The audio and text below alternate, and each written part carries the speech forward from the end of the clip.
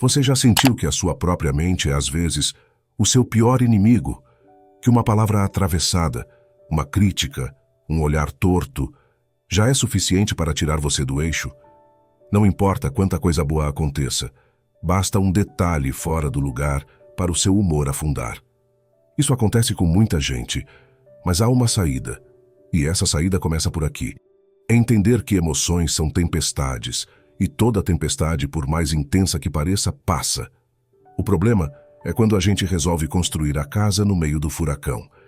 E é por isso que os antigos estoicos tinham um objetivo claro: dominar a si mesmos, controlar suas emoções, não para serem frios, distantes ou indiferentes, mas para não serem reféns de si mesmos. Sêneca dizia: o maior poder de todos é aquele que temos sobre nós mesmos. E nesse vídeo, é exatamente isso que você vai entender: como conquistar esse poder. Vamos falar de emoções como raiva, ansiedade, tristeza, impulsividade. E vamos mostrar juntos como você pode dominá-las. Com histórias, com reflexões, com sabedoria prática que você pode aplicar hoje, agora, nesse exato momento. Por isso, se essa mensagem te tocar, curta o vídeo, se inscreva no canal e escreva nos comentários a frase do dia: minhas emoções não me controlam. Agora respire fundo e venha comigo. Vamos falar sobre como controlar nossas emoções, com sabedoria, com presença, com força.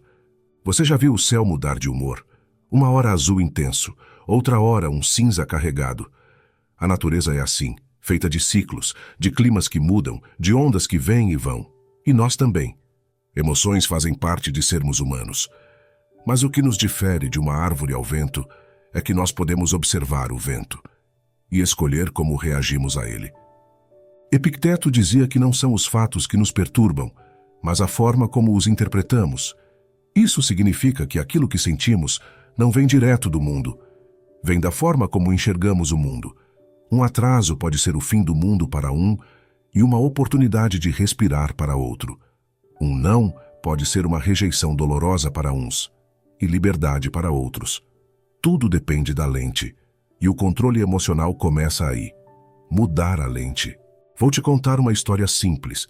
Um viajante chega à Islândia e é recebido com um vento congelante, uma chuva insistente e um céu nublado que parecia eterno. Qualquer outro turista talvez reclamasse, voltasse para o hotel, deixasse a frustração tomar conta, mas esse homem fez diferente. Ele saiu para caminhar, parou diante de uma cachoeira, fechou os olhos e disse: eu não controlo o tempo, mas posso escolher não resistir a ele. E foi assim, no meio do frio, que ele se aquietou. Às vezes o maior calor vem de dentro, e é isso que o estoico aprende: não tentar mudar o que está fora, mas transformar o que está dentro. Quantas vezes você já tentou controlar as pessoas, prever tudo, impedir que a vida saísse do seu roteiro, e ainda assim ela saiu? Isso acontece porque controle externo é ilusão, mas o autocontrole é poder verdadeiro. Marco Aurélio, imperador de Roma, escreveu em seu diário: você tem poder sobre sua mente, não sobre os eventos externos. Perceba isso e encontrará força. Uma frase que parece simples, mas que muda tudo. A partir do momento em que você para de lutar contra o que não pode mudar, sobra energia para dominar aquilo que realmente pode: seus pensamentos, suas reações, suas escolhas. Vamos tornar isso mais prático. Digamos que você está no trânsito. Um motorista te fecha, buzina, grita, gesticula, seu corpo reage, o sangue ferve, mas nesse instante você tem uma escolha: revidar ou respirar. A primeira opção alimenta o caos. A segunda é um ato de poder. O estoicismo nos convida a sermos como o mar profundo, calmos nas profundezas, mesmo que haja ondas na superfície. Não significa não sentir, significa não ser arrastado. Agora pense no Brasil. Um país tropical, cheio de sons, cores, gente. Emoções intensas estão em toda parte, no futebol, no carnaval, nas rodas de conversa. Ser brasileiro, às vezes, é viver em constante ebulição emocional. Mas o desafio não está em mudar o país. Está em encontrar serenidade dentro desse caos. E isso é possível. Conheço pessoas que, no meio da cidade mais barulhenta, conseguem encontrar silêncio, porque o silêncio não está no ambiente, está na alma. E isso, mais do que qualquer outra habilidade, é o que o mundo moderno precisa. Quantas pessoas você conhece que vivem presas ao que sentem? Gente que explode por qualquer coisa, que chora por nada, que se abala por tudo. E o pior, se culpam por sentir. Mas emoções não são inimigas, elas são sinais. Elas indicam que algo precisa ser visto. O problema é quando viram mestres em vez de mensageiras. A raiva, por exemplo, pode ser um chamado por respeito. A tristeza, um alerta de que algo precisa ser deixado ir. A ansiedade, um lembrete de que estamos tentando viver o futuro antes que ele exista. Se você aprende a ouvir suas emoções, sem se entregar a elas, você se torna livre. E liberdade emocional é a base de qualquer conquista duradoura.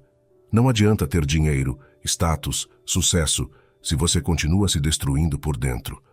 O verdadeiro império é aquele que você constrói dentro de si, e só você pode governá-lo. Outro dia um homem me contou que tinha perdido o controle com o filho. Gritou, se irritou, e depois se arrependeu profundamente.